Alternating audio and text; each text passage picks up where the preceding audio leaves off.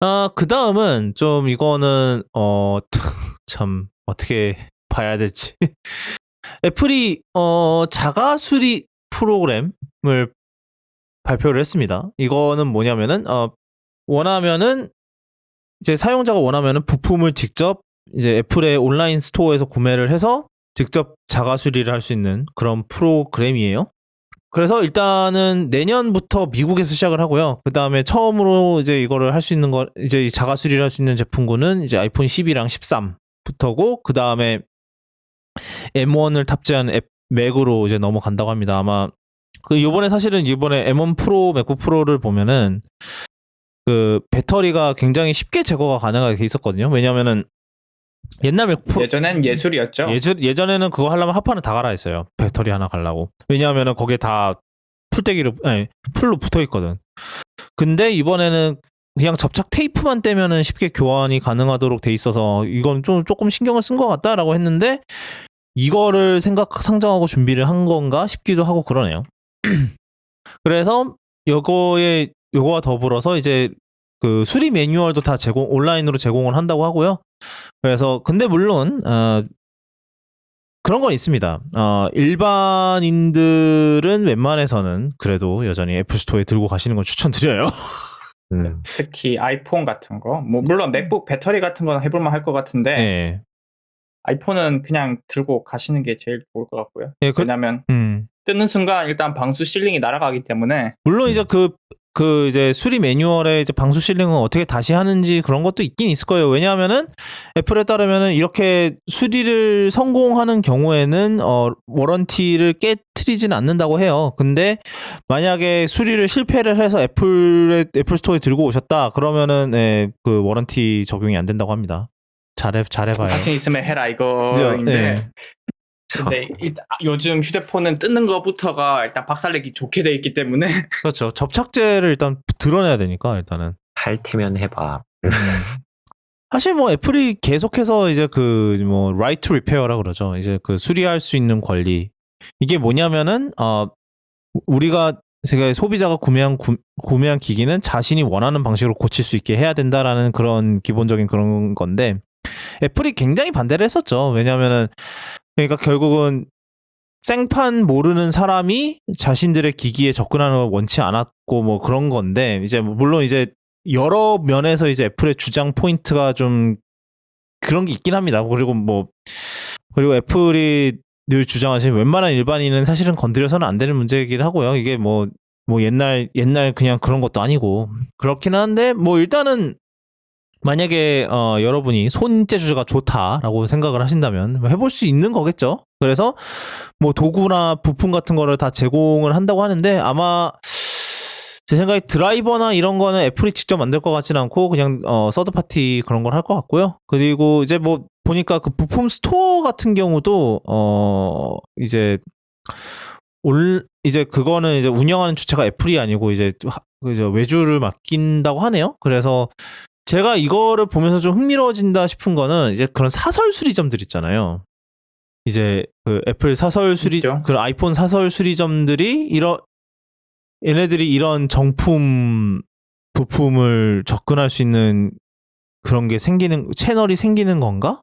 그거는 좀 생각해볼 포인트인 거예요. 왜냐면 그 애플이 그런 거에 관련해서는 이걸 어떤 방식으로 운영하는지를 아예 별로 알려진 게 없거든요. 그래서 과연 그렇게 된다고 하면은 좀 사실 사설 수리에서 가장 불안한 게 사실은 뭐 그 기술자의 실력이 그나마 제일 믿을만 하겠지. 근데 부품을 어디서 구해오느냐가 사실 제일 불안하잖아요. 사실은 그 사설 수리점에서 맡기면은 좀 이상한 데서 구해올 것 같고 부품을. 그런 상황인데 만약에 이제 이렇게 한다면, 만약 그 사설 수리점에서 이제 정품 부품을 직접 구할 수 있는 길이 열리면은 좀 그런 면에서도 어느 정도 좀 뭐라 그러지? 근데 제가 듣던 팟캐스트였나 어디에서 이제 이 부품을 들고 다른 데 가서 수리하면 워런티 날아간다고, 본인이 해야 한다고. 그렇겠죠. 합니다. 물론 이제 그걸 어떻게 검증하냐는 또 별개의 문제인데. 그리고 어차피 사설 수리를 들고 가는 순간 워런티는 날아가요. 왜냐하면은 흔적이 있을 거거든. 사설이 한 흔적이랑 이제 정품 테크니션이 한 거랑은 그게 다르기 때문에 이러나 저러나 들키긴 해요. 사실은. 그러니까 아주 막지는 않겠다라는 거겠죠. 뭐 하긴 그런 방법도 있긴 하겠네. 부품을 직접 사서 그거를 들고 가서 고쳐달라고 하는 것도 방법이긴 하겠네요. 그게 그래도 보런티가 날아간다고요? 그러니까. 아니 그러니까 사설 수리점에서 부품을 사는 거보다 그게 더 현실성 있겠다 싶은 거죠. 근데 이제 그러니까 말 맞다나 그거를 어떻게 잡을 거냐는 일단 둘째 치고 도당체 뭐가 있나? 뭐 지문 인식이라도 하나? 뭐 하기 전에 사실 이게 모르는 게 많아요. 뭐 우리나라는 언제 들어올 건지도 모르고 왜냐하면 일단 미국부터 시작을 하고 뭐 내년 동안 이제 다른 나라에서도 조금씩 퍼뜨린다는데 뭐 우리나라에 언제 들어올지도 모르겠고 네. 하여튼 근데 아마 모르겠어요. 저희 이제 팟캐스트를 들으시는 분 대부분은 아마 그래도 여전히 그 애플 스토어나 그런 데 들고 가시는 게 낫지 않을까 싶기는 해요. 네. 진짜 저도 그래도 최소한 맥북 배터리는 혼자서 해볼 만 하겠다? 일 것 같긴 해요. 배터리 정도는. 그 이상은 모르겠고. 사실 뭐 서비스 매뉴얼을 직접 제공한다고 하면은 아이픽스의 그런 것보다도 훨씬 더 자세하지 않을까 싶기는 하네요. 솔직히. 서비스 매뉴얼이니까 어디까지나. 그런 건 있겠다 싶으네요.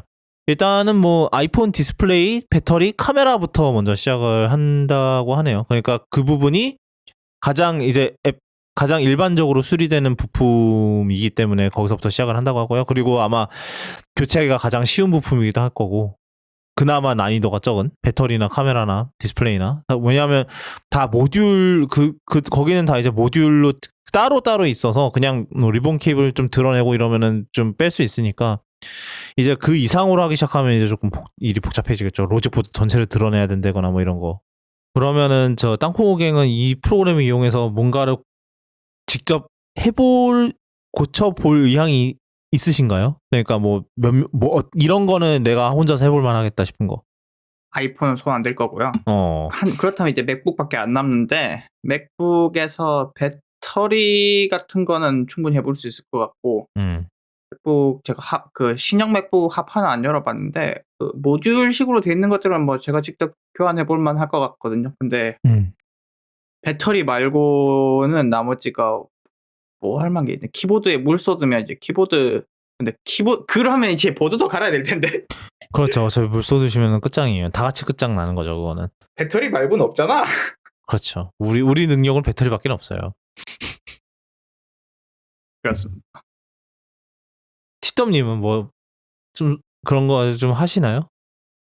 저는 이전에 그 맥북 프로 배터리 나가가지고 뭐 직접 그건 저도 한번 해본 적이 있어요. 그런 건 했었는데 아이폰 같은 경우에는 워런티 다 끝난 다음에 할 것 같아요. 뭐 어차피 네, 어차피 끝나야지 할 것 같고 그 다음에 그게 아니면은 뭐 애플케어 플러스를 들어가지고 그냥 그거 가지고 수리를 받지. 사실 실패하면 워런티가 깨지고 뭐 이거까지 감안해 가면서 할 생각은 없어요.